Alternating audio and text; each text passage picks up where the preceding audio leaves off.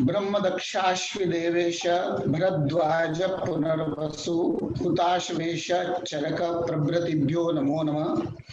पातंजल महाभाष्य चरक प्रतिसंस्कृते मनोवाक्काय दोषाणां हर्त्रे अहिपतये नमः। योगेन चित्तस्य पदेन वाचां मलं शरीरस्य च वैद्यकेन योपाकरोत्तम प्रवरं मुनीनां पतंजलिं प्राञ्जलिरानतोस्मि। आप सभी को चरक जयंती की हार्दिक शुभकामनाएं। यद्यपि चरक जयंती प्रतिवर्ष मनाई जाती है, लेकिन इस वर्ष की चरक जयंती विशेष है, इसलिए कि आप लोगों ने सोशल मीडिया पे भी देखा होगा कि बाकी वर्षों की अपेक्षा इस बार अधिकतम संस्थान चरक जयंती मना रहे हैं। मैंने धीरे धीरे चरक जयंती मनाने का प्रचलन बढ़ रहा है। और आज का ये उत्सव इसलिए भी महत्वपूर्ण है कि आज विश्व आयुर्वेद परिषद के द्वारा चरक जयंती का जो आयोजन किया जा रहा है, इसमें महर्षि चरक का जो स्थान है चरक डांडा, उसके विषय में भी यहाँ पर सब कुछ बताया जाएगा। और वहां पर जो चरक जयंती के लिए या महर्षि चरक का जो स्थान, उसको जो जिस प्रकार से डेवलप किया गया है, वो सब माननीय प्रेमचंद शास्त्री जी और उनकी टीम पूरी बताएगी। तो आज के इस चरक जयंती उत्सव के उपलक्ष्य में आयोजित इस कार्यक्रम में मैं आप सभी का स्वागत करता हूं। हमारे लिए सौभाग्य की बात है कि आज इस कार्यक्रम में हमारे बीच में माननीय प्रोफेसर बलदेव धीमान जी, जो वाइस चांसलर हैं श्री कृष्ण आयुष विश्वविद्यालय के, प्रोफेसर बी.आर. रामकृष्णा जी, जो कुलपति हैं एस व्यासा विश्वविद्यालय के, प्रोफेसर सुनील जोशी जी, जो कुलपति हैं उत्तराखंड आयुर्वेद विश्वविद्यालय के, माननीय प्रेमचंद शास्त्री जी जुड़ने ही वाले हैं, और प्रोफेसर प्रसन्ना राव जी, जो गेस्ट स्पीकर के रूप में हमारे बीच में जुड़े हुए हैं, डॉक्टर श्री जयवीर पुंडरीक जी, वैद्य विनीत गुप्ता जी, वैद्य राजेश शंकर जी और वैद्य अभिजीत सराफ, जो चरक संहिता के लिए पूरे भारतवर्ष में उनके व्याख्यान प्रोफेसर धर्माधिकारी जी के साथ में हुए हैं। और विश्व आयुर्वेद परिषद की जो टीम है पूरी, माननीय हमारे जो मार्गदर्शक हैं doctor Dinesh ji, professor Satyendra Mishra ji, professor Yogesh Chandra Mishra ji, अध्यक्ष विश्व आयुर्वेद परिषद प्रोफेसर बी.एम. गुप्ता जी, और national general secretary professor Ashwini Kumar ji, सभी लोग, प्रोफेसर गोविंद शुक्ला जी जो शिक्षक प्रकोष्ठ के प्रमुख हैं, तो और उत्तराखंड की पूरी टीम, माननीय मलिक जी और उनकी पूरी टीम यहाँ पर उपस्थित है। तो मैं एक बार सभी का स्वागत करता हूँ। और आज का जो चरक जयंती उत्सव है, महर्षि चरक की प्रासंगिकता आज भी यथावत वैसी ही है। हम मॉडर्न में कई बार देखते हैं कई प्रिंसिपल जो है या कई मेडिसिन है, कई एंटीबायोटिक लॉन्च होते हैं और कुछ समय के बाद में उनके ऊपर बैन लग जाता है, लेकिन आयुर्वेद के जो सिद्धांत हैं वो त्रिकालजयी हैं, कालजयी हैं, किसी काल में बाधित नहीं हुए हैं। और उन चिकित्सा के सिद्धांतों को मुख्य रूप से जिनने प्रतिपादित किया है महर्षि आचार्य चरक ने, तो आज हम सभी महर्षि चरक को वंदन करते हैं और चरक जयंती के इस कार्यक्रम को प्रारंभ करते हैं। तो चरक जयंती का कार्यक्रम प्रारंभ करने के लिए सर्वप्रथम माननीय उर्वशी जी वो धन्वंतरी वंदना प्रारंभ करेंगी। डॉक्टर उर्वशी जी। नमामि धन्वन्तरिम् आदिदेवं सुरासुरैर्वन्दितं पादपद्मं लोके जरारुग्भयमृत्युनाशं धातारमीशं विविध औषधीनां चव्योमवातावनिर्वारिवह्निं पंचम प्रपंचात्मकं देहभाजं संताप संपात जराजरान्तं नमामि धन्वन्तरिम् आदिदेवं नवीन नीलं मुदकान्तिकान्तं शान्तं हरेर्द्वादशं आख्यमूर्तिं पूर्तिं शतानां सुमनोरथानां नमामि धन्वन्तरिम् आदिदेवं नमामि धन्वन्तरिम् आदिदेवं नमामि धन्वन्तरिम् आदिदेवम्।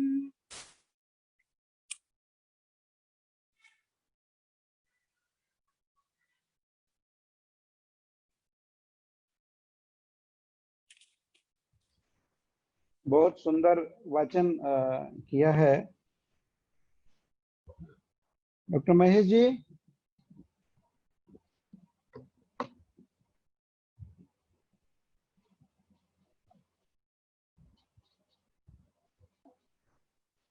बहुत ही सुंदर आवाज और बहुत गरिमापूर्ण वाचन उर्वशी का।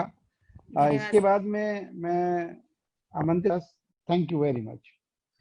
अब मैं आमंत्रित करना चाहूंगा हमारे एक और अच्छे वक्ता, स्वरों के धनी विद्वान आदरणीय वैद्य राजेश ठक्कर जी गुजरात से हैं और आप अहमदाबाद में निसर्ग आयुर्वेद हॉस्पिटल और रिसर्च प्राइवेट लिमिटेड के मैनेजिंग डायरेक्टर और चीफ आयुर्वेदिक फिजिशियन वहां पर आप हैं। आपको 2019 में गुजरात के मुख्यमंत्री आदरणीय श्री विजय रूपाणी के द्वारा गुजरात का गौरव अवार्ड से सम्मानित किया गया और 2015 में गुजरात के राज्यपाल श्री AP कोहली जी के द्वारा भी आप सम्मानित हो चुके हैं। गुजरात की 8 से अधिक न्यूज चैनल्स में आप नियमित रूप से प्रोग्राम करते हैं और लगभग आपके 500 प्रोग्राम्स डिफरेंट न्यूज चैनल्स में प्रसारित हो चुके हैं। पिछले 24 साल के अपने चिकित्सीय व्यवसाय में आपने लगभग और प्रिसाइजली 48,000 पंचकर्म थेरेपीज परफॉर्म की हैं, जो निश्चित रूप से एक बहुत बड़ी संख्या है। इसी के साथ लगभग 20,000 रोगियों की सफलतापूर्वक चिकित्सा भी आपने की है और इन चिकित्सीय रोगियों में उल्लेखनीय बात यह है कि लगभग 160 आयुर्वेद के मूर्धन्य MD चिकित्सक भी हैं और 18 देशों के लगभग 470 रोगियों को भी राजेश ठक्कर जी के द्वारा रोग मुक्त किया जा चुका है। राजेश ठक्कर जी युवा वर्ग में बहुत अच्छे से प्रचलित रूप से बहुत फेमस हैं और फेसबुक पर इनके बहुत सारे फॉलोअर्स हैं, जिसमें मैं भी एक हूं और आज हमें इनके ज्ञान का प्रसाद मिलेगा इस चरक जयंती पर। तो मैं आमंत्रित करता हूं वैद्य राजेश ठक्कर जी। प्रणाम, नमस्कार। विश्व आयुर्वेद परिषद के सर्व पदाधिकारीगण, वैद्य अश्विनी भार्गव जी, वैद्य सुरेंद्र चौधरी जी, श्री यतीन्द्र जी, विनीश जी, महेश जी, सब पदाधिकारीगण को मेरा नम्र नमस्कार। हमारे जो गुरु समान है वो सब अतिथिगण, सुनील जोशी जी वगैरह, और मेरे साथ जो है विद्वान पूरे भारत पर से जो जुड़े हुए हो वो वक्तागण, विद्वान वैद्यगण, सबको मेरा नम्र नमस्कार। आज मुझे चरक ऋषि और चरक संहिता के बारे में बोलने के लिए कहा गया है। मुझे जो विषय है कि मेडिकल साइंस में चरक जी का जो योगदान है क्या है, मैं ऐसा मानता हूं ये जो विषय है अनेकों अनगिनत योगदान जो चरक जी ने दिए हैं। मेडिकल साइंस क्या हो सकता है उसका उन्होंने जो अपने ग्रंथ में जो लिखा है उनके हिसाब से हम गिनने जाएं तो जिंदगी की जिंदगी हमारी अधूरी रह जाए। हमारे सबके आदि गुरु, गुरुओं के गुरु, गुरुओं के गुरु, ऐसे हमारे परम दिव्य ज्ञानी और दिव्य भगवान हम बोल सकते हैं इनको। आज इनकी चरक जयंती की इस महान और पवित्र अवसर पर आदि गुरु चरक जी को प्रणाम करके मैं अपने वक्तव्य की शुरुआत करता हूं, जिन्होंने हमें एक चरक संहिता नाम का एक अलभ्य ग्रंथ जो हमें दिया, जिसमें 8 स्थान दिए, 120 अध्याय दिए, 12,000 श्लोक दिए, बिना कोई कॉपीराइट, बिना कोई ट्रेडमार्क, कोई अपने वंश वारस का कोई नाम नहीं, कहा नहीं। ये सब इतने ज्ञान की भव्य परंपरा हमें जो सौगात के रूप में दी है, आज सदियों बाद भी आज सहस्त्राब्दी मान लो, जैसे 3 सहस्त्राब्दी, 3 मिलेनियम बीतने को है उनके जन्म के बाद, फिर भी हम उनकी चर्चा कर रहे हैं। कितनी दिव्य और भव्य आत्मा होगी वो। और मुझे एक ये बात कहना चाहता हूँ, जो विनीश जी ने की, जयवीर जी, उनके सबसे मैं मिला हूँ। 2017 में मैं आयुर्वेद कौशलम उत्तराखंड की, विश्व आयुर्वेद परिषद की उत्तराखंड जो शाखा है, वहां से मुझे निमंत्रण मिला था वक्ता के रूप में। 2019 में फिर से आया और वहां चरक जी जो चरक डांडा गांव है वहां जाने का सौभाग्य मिला और इतना मुझे गौरवान्वित महसूस मैं कर रहा हूं कि वहां जो चरक यात्रा निकाली गई थी वहां अग्रसर रहने का मौका मिला था। वही बांज वृक्ष के नीचे बैठ के चरक संहिता पठन करने का मुझे मौका मिला।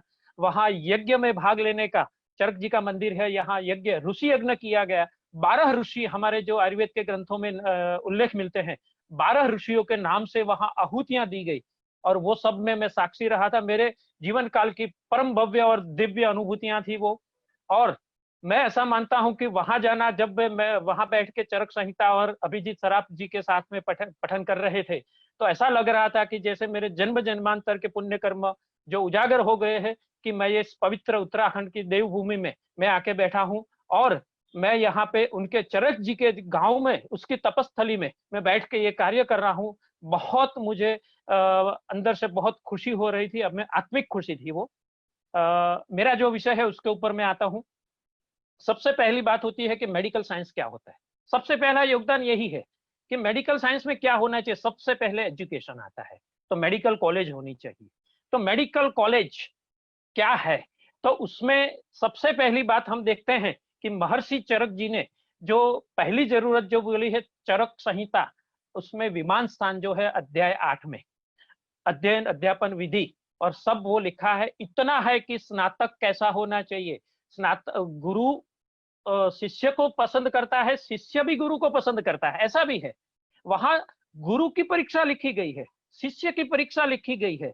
जैसे एंट्रेंस एग्जाम जो मेरे पूर्व विद्वान वक्ता थे प्रसन्न राव जी, उन्होंने भी बोला कुछ उनके जो टॉपिक थे उनमें मेरा रिपीट हो रहा है, इसलिए उसको मैं छोड़ देता हूं, लेकिन कहीं ना कहीं कुछ ऐसा उल्लेख है जो मैं करना चाहता हूं, इसलिए मैं कर रहा हूं कि पूरी मेडिकल कॉलेज कैसी होनी चाहिए, डिग्री कैसे होनी चाहिए, उसका वर्णन हमें चरक संहिता में मिलता है।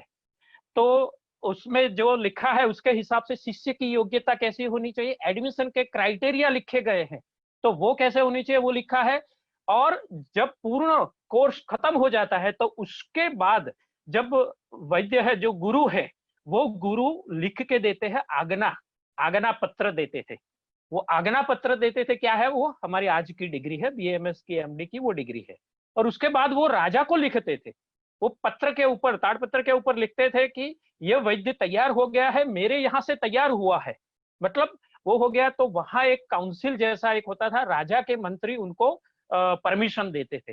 ये काउंसिल हो गई हमारी इंडियन मैजिक, जो हमारी काउंसिल है वो काउंसिल हो गई। उनसे मिलके फिर वो समाज में जाके चिकित्सा का व्यवसाय कर सकता है, ऐसा वहां पे भी क्वालिफिकेशन का स्टैंडर्ड था। ये सबसे पहले ये बात हो गई कि मेडिकल कॉलेज कैसी होनी चाहिए, उसका डिटेल है सब। वहाँ जो दूसरे लोग हैं, विद्यार्थी भी देख रहे हैं और वैद्य है, वहां उनको डिटेल में देख सकते हैं। मेरा एक दूसरा बात आ रही है कि लोग बोलते हैं कि हॉर्मोन्स, एंजाइम्स ये वगैरह तुम्हारे चरक संहिता में तो मिलता ही नहीं है। कौन कहता है नहीं मिलता है?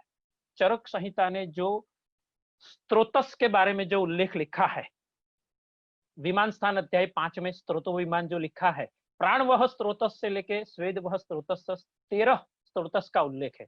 और आगे स्त्रोतस का पर्याय लिखा है, स्त्रोत उसका बड़ा एक देखने जाए हम तो वहां सीरा, दमनी, नाड़ी वगैरह सब कुछ है, छिद्र वहां से जो निकल सके, जो बंद हो सके, ऐसे सब बहुत सारे ऐसे करीबन 14 से 15 ऐसे पर्याय हम लिखे हैं, जिनको हम स्त्रोतस को बड़ी परिकल्पना को हम समझ सके। तो वो क्या है कि इसमें जैसे लिखा है कि मेद वह स्त्रोतस है, तो उसके मूल में वृक्क और वापावहन है।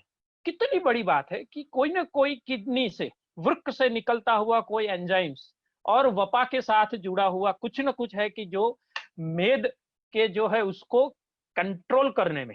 तो हम देख सकते हैं कि वो कैल्शियम उसका जो होता है, और वहां से पैराथायरॉयड हार्मोन में से जो उसकी एबनॉर्मालिटी होती है, तो वो सब सीक्रेट होके वहां उसके हम रेफरेंसेस को ढूंढ सकते हैं, ये रिसर्च कर सकते हैं कि हाँ ये मेद इतना क्यों बढ़ रहा है। जैसे प्राण वह स्रोतस का मूल है, ऐसे रक्त वह स्रोतस का है यकृत और प्लीहाच। तो ऐसे एंजाइम्स और वो ऑर्गन्स, वो जो अवयव है वहां अपने यहाँ से अपने आप में से कुछ न कुछ सीक्रेट करते होंगे, तो वो है एंजाइम्स, हार्मोन्स वगैरह जो है उसका हम रेफरेंस देख सकते हैं। कि दूसरे जो लोग हैं एलोपैथी और दूसरी साइंस वाले, उनको हम बोल सकते हैं कि नहीं, हमारे साइंस में संपूर्ण 100% जो पूर्णता है वो मेडिकल साइंस में जो होनी चाहिए उसका उल्लेख मिलता है। तीसरी एक बात है ऑर्गन पैथोलॉजी। कुछ लोग बोलते हैं कि नहीं, तुम्हारे मेडिकल आयुर्वेद में ऑर्गन पैथोलॉजी नहीं, लिवर फेल्योर कहाँ मिलता है, किडनी फेल्योर कहाँ रेफरेंस मिलता है। तो उनको मैं कहना चाहता हूं कि कामला पढ़ो, हलीमक पढ़ो, वहां से आपको रेफरेंस मिलेगा। और जगह कहीं भी त्रिशोथीय में भी मिलता है। तो हर एक जगह पे उसमें विकार होके वो ऑर्गन खराब होता है, वहां का भी रेफरेंस होता है।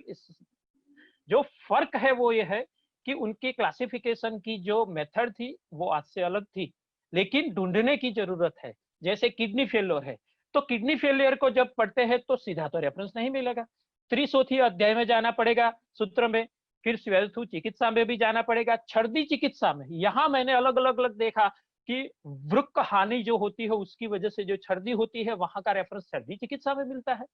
तो मतलब ये तो पता था ना कि किडनी फेल्योर होती है, वो उनको पता था, और उनके हिसाब से उस टाइम पे किडनी फेल्योर के दौरान जो छर्दी, जो वॉमिटिंग होती है वो कैसी होती है उसका रेफरेंस मिलता है, सेवथू में मिलता है।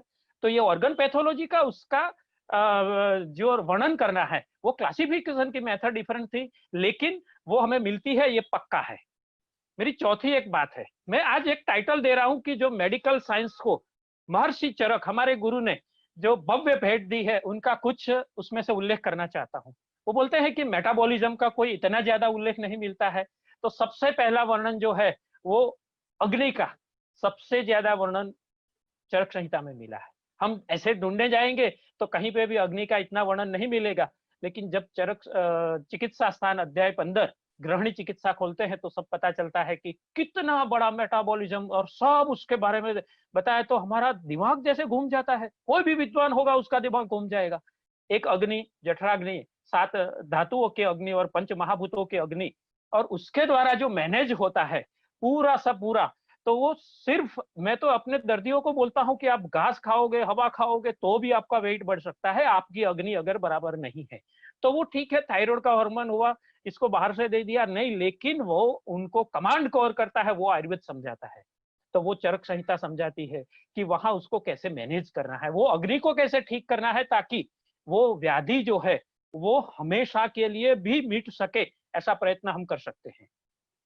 दूसरा, एक एंडेमिक और पेंडेमिक का जो अभी और कोविड का एरा जो चल रहा है, तो उसका भी हमें रेफरेंस मिलता है। जनपदोध्वंस अध्याय 3 में जनपदोध्वंस पूरे जनपद लोगों के समूह का, गांव का, राष्ट्र का विनाश कर दे, ऐसा उल्लेख मिलता है। उसमें वायु, जल, देश, काल उसका जो दूषित होता है, और सबसे प्रभावशाली काल को बताया। काल अगर दूषित होता है तो काल किसी को भी नहीं छोड़ता, अगर व्यक्तिगत भी हो सकता है, समूह का हो सकता है, गांव का है, कोई गांव अधर्म बहुत कर रहा है, वहां के राजा अधर्म कर रहे हैं, प्रजा उसके साथ में अधर्म कर रही है, तो उसका भी विनाश होता है। तो वायु, जल, देश, वहां वायु से फैलता है कि वायु से एक दूसरे के द्वारा वहां से ट्रांसफर होता है, तो ये रेफरेंस वहां से हमें मिलता है। और हम बोल सकते हैं कि पूरा एंडेमिक और पेंडेमिक जो बोलते हैं कि वहां रेफरेंस 2800-2900 साल पहले हमारी चरक संहिता में मिलता है। कितना ग्रेट नॉलेज था वो। दूसरा, एक फीवर की मैं बात करना चाहता हूं। सबसे निदान स्थान में सबसे पहला वर्णन जो है वो फीवर को दिया गया, ज्वर को दिया गया। सबसे प्रभाव जो विनीश जी ने कहा कि जो वीरभद्र की उत्पत्ति की, और वो ज्वर के स्वरूप में हम जो होता है कि जो कोई भी अपथ्य करेगा तो उसे ज्वर आएगा। लेकिन ज्वर की बात करें तो उसमें 8 प्रकार में 7 तो दोष के हैं, लेकिन उसके बाद वाला जो है आगंतो हो, 3 दोष वाले एक हो गए, द्विदोष वाले 3 हो गए, और फिर सन्निपातक हुआ 7 हुआ, लेकिन 8वां जो है आगंतुक है। और आगंतुक में जो लिखा है तो उसमें अभिघातज, अभिसंग, अभिचार और अभिशाप, ये चारों उसके जो कारण दिखाए गए हैं उसकी वजह से होता है, वो बाहर से आता है। कोई भी अगर कोई ट्रॉमा हुआ, कोई आघात हुआ, कहीं से पछड़ना हो गया तो ज्वर हो सकता है। अभिसंग है तो लोग बोलते हैं कि नहीं, तुम्हारे आयुर्वेद में पैथोजेंस का वर्णन भी नहीं मिलता है, तो ये क्या है? मैं बोलता हूं उनको कि ये क्या है अभिसंग। अभिसंग क्या है? तो उसमें लिखा है कि अभिसंग ज्वरो ज्ञेयो यश्च भूताभिसंग। ये भूत क्या है उसमें, तो उसके द्वारा आगे पीछे कृमियों का वर्णन देखो, ये वर्णन देखो, तो वहां ढूंढ के मिलता है कि हमारे आयुर्वेद में बैक्टीरिया और वायरस का वर्णन भी मिलता है। सबसे बड़ी बात है, क्योंकि उसका जो वर्णन लिखा है वो मैं आपको बहुत अच्छा, मुझे इतना प्रसन्न हो गई ये कार्यक्रम के बारे में, कुछ पढ़ रहा था तो कुछ नया भी मिल रहा था, कुछ भूल गया था, वो फिर से वापिस से मेरे स्मृति में आ गया। सूक्ष्मत्वात, वो हम देख नहीं सकते, सूक्ष्मत्वात है, अतीन्द्रिय, जो हमारी आंखों से हम नहीं देख सकते, बहुत्वात्, अनेक प्रकार के हैं, अपरिसंख्य, आप उसको गिन नहीं पाओगे, कुछ भी करो। उनके पास माइक्रोस्कोप नहीं था, फिर भी ये लिखा अपरिसंख्य। और उसके बाद में लिखा है, सबसे बड़ी बात है, सबसे बड़ी बात, अव्यक्तो अपनी व्यक्त कर्माच। अव्यक्तो, अव्यक्त है, दिखाई नहीं देगा आपको, फिर भी व्यक्त कर्माच। पंखा चालू करते हैं तो पवन नहीं दिखाई देगा, पंखा घूम रहा है, लेकिन पवन हमें नहीं दिखाई देता है। तो अव्यक्तो, वो अव्यक्त है, वो कुछ भी स्वरूप में हो सकता है, वो वायरस, बैक्टीरिया, पैरासाइट्स, कुछ भी हो सकता है, फंगस, लेकिन व्यक्त कर्माच, अपने कर्मों से वो व्यक्त होता है। इतने बड़े पैथोजेंस का वर्णन कहाँ मिलेगा? ये हमारे परम गुरु जो हमारे आदरणीय जो चरक जी है, उनके ग्रंथ में है। तो पूरे मेडिकल साइंस का जो एनसाइक्लोपीडिया हम इसको बोल सकते हैं। और उसके आगे की मैं बात करता हूँ, क्योंकि समय की जो मुझे दिया गया है उसके बीच में मुझे ये पूरा करना है। सुपर चाइल्ड आज जिसको बोलते हैं, प्रोजेनी जिसको बोलते हैं, यूजेनिक्स जिसको बोलते हैं, तो अभी तक शास्त्र वहां पहुंच ही नहीं पाया। चलो, आपने ढूंढा ही नहीं है, हमारे पास तो ढूंढा हुआ है। आप देख लो, अगले आने वाले 25-50 साल तक यहां तक पहुंच नहीं पाओगे। इसमें गर्भ संस्कार की भी है बात, और उसके आगे मैं बहुत बड़ी बात एक कहना चाहता हूं। वो सिर्फ फिजिकल बॉडी को ही देखते हैं एलोपैथी वाले। हमारे चरक जी ने क्या लिखा है कि सूक्ष्म जो है, कि गर्भ की जो व्याख्या है, अभी 110 साल, 100 या 110 साल पहले एलोपैथी को पता चला कि हाँ, स्पर्म और ओवन दोनों मिलते हैं तब जाके ये फर्टिलाइजेशन होता है, गर्भ रहता है। तब तक ये ज्ञान ही नहीं था किसी के पास, पूरा अज्ञान था। तो 2800 साल पहले चरक जी ने लिखा है, शुक्र शोणित जीव संयोगेतु, जीव संयोगेतु इति गर्भ संज्ञा लभते। टेस्ट ट्यूब बेबी में करते हैं वो दोनों, कुछ भी इक्सी मेथड कर दिया, जैसे बलात्कार करके पूरे ओवम के अंदर घुसा के ऐसे स्पर्म को डाल देते हैं, 3-3 दिन तक, 4-4 दिन तक लिक्विड मीडिया में रख के लेबोरेटरी में वो जाइगोट वगैरह बना लिया, ब्लास्टोसिस हो गया सब। लेकिन उसके बाद में जब गर्भे ठहराते हैं, जब एम्बेडेड करते हैं, तो ट्रांसफर करते हैं, तो उसके बाद ठहरता नहीं है, सिर्फ 36% सक्सेस रेट आता है। तो ये क्या है, 64 को क्यों फेलियर हुआ? ये हमारे चरक जी जवाब देते हैं, शुक्र शोणित जीव संयोगी। आपने शुक्र और शोणित को तो मिला दिया टेक्नोलॉजी के लिए, लेकिन जीव जो है उसमें सिर्फ चिकित्सा विज्ञान का हाथ नहीं है, आपके नसीब में सब कब संतान है, आपके कर्म क्या है, वो सब भी उसमें आता है। और वो ईश्वर की प्रेरणा से आत्मा जो है वो वहां पे स्थापित होता है।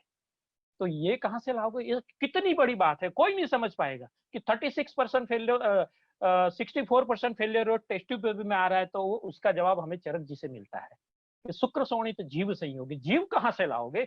आपने तो ढूंढ लिया, चलो शुक्र शोणित को तो मिला दिया, लेकिन जीव कहां से लाओगे? ये सबसे बड़ी बात है। और उसके आगे मैं बात करूं तो बहुत बहुत बड़ी बात है गर्भ संस्कार के बारे में।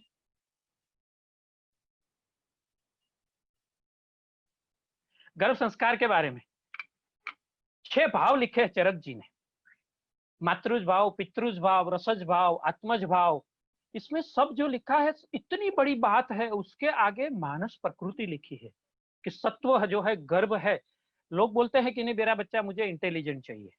एलोपैथी वाले भी बोलते हैं हाँ कि सिर्फ फिजिकल बॉडी, वो तो कुछ देखते ही नहीं है, आयरन कैल्शियम दे दिया, प्रोजेस्टेरोन सपोर्ट दे दिया, और ज्यादा तो फॉलिक एसिड हो गया, ये मल्टीविटामिन विथ जिंक हो गया, और कुछ भी नहीं। ऑस्ट्रेलिया जाओ, अहमदाबाद जाओ, अमेरिका जाओ, कुछ भी जाओ, लेकिन मैं बोलता हूँ अपने दर्दियों को कि आयुर्वेद के इतने हैं कि एक एक अंग का निरूपण किया है, हर महीने में क्या होता है उसकी। एक ही बड़ी बात मैं करूँ तो ऐसा एक श्लोक मिलता है कि चरक संहिता में, कि अगर कोई भी गर्भिणी स्त्री गर्भावस्था के काल में 5वें 6ठे और उसके महीने के बाद, जब भी वो चर्म त्वचा के जो 6-7 पड़ जो बन रहे, श्वेता, ताम्रा, लोहिता, अववासिता वगैरह, उसके दौरान अगर वो घृत मंड का सेवन करती है, तो उसका बालक जो है वो अवदात वर्ण का होता है।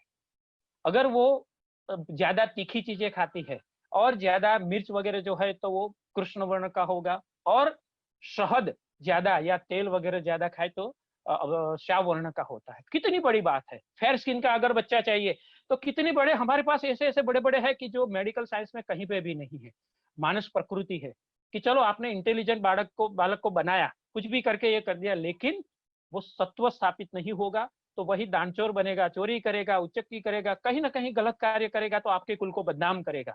तो सत्व युक्त प्रकृति बनाने के लिए पंचमे मनः प्रबुद्धतर भवति षष्ठे बुद्धि। तो 5वें महीने में मन प्रबुद्धतर होता है। कौन सा होता है? प्रकृति क्या होती है? वो आलसी बनेगा बालक, एक काम दिया तो 3 बालक है तो तीनों 3 अलग तरीके से करेंगे। एक आलसीपन में बैठा रहता है, 2 घंटे के बाद कार्य शुरू करेगा, एक शुरू करेगा लेकिन आधा अधूरा करके छोड़ देगा। तीसरा आता है तो वो करता है समयसर, कार्य शुरू करता है, समयसर पूरा करता है। तो ये प्रकृति कहाँ से आई? ये बात है चरक जी ने जो लिखा है उसके यहाँ हमें मिलने को मिलता है कि साइकोलॉजिकल टेंडेंसी कैसी होगी उनकी, और हम कैसे इसको गर्भावस्था में, वो ऐसा भी लिखते हैं कि बीज में पूरा वृक्ष होता है लेकिन वो दिखता नहीं है। तो गर्भावस्था के दौरान अगर 5वें छठे महीने में इसका आयोजन किया जाए, इसको मैनेज किया जाए, तो वो भी हम कर सकते हैं।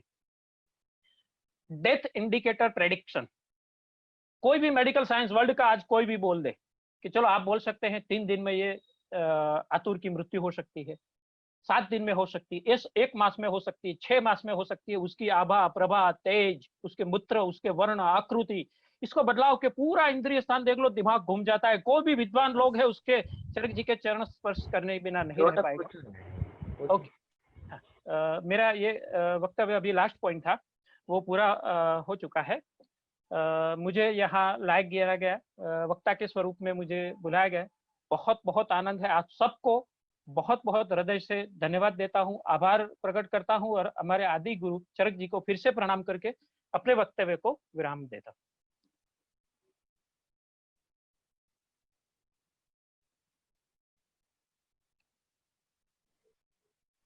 हूँ। थैंक यू वैद्य राजेश ठक्कर जी। जैसा आपके विषय में लोगों ने सुना होगा, आज आपको वैसे ही सुना है। व्यस्तता की भी और थोड़ा सा टाइम फ्रेम रहता है, तो उसकी वजह, अदरवाइज तो आप जैसे महानुभाव और विद्वान लोगों को पूरा एक दिन चाहिए एक एक विषय पर, और विशेष तौर से चरक से संबंधित वार्ता में।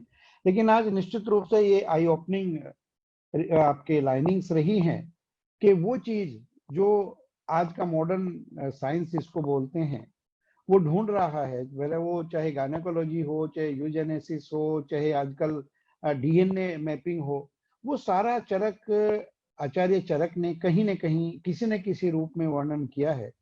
इसीलिए हम कहते हैं कि ये डिकोडिंग है, हमारे शास्त्रों का डिकोडिंग है। जिसको डिकोडिंग आ गया वो शास्त्रों को समझ पाएगा, जिसको डिकोडिंग नहीं आया वो शास्त्रों को नहीं समझ पाया। निश्चित रूप से बहुत अच्छा उद्बोधन आपका वैद्य राजेश ठक्कर जी रहा। इसके लिए मैं पुनः आपका बहुत बहुत आभारी, और परिषद की तरफ से मैं आपको पुनः आभार व्यक्त करता हूं। अब मैं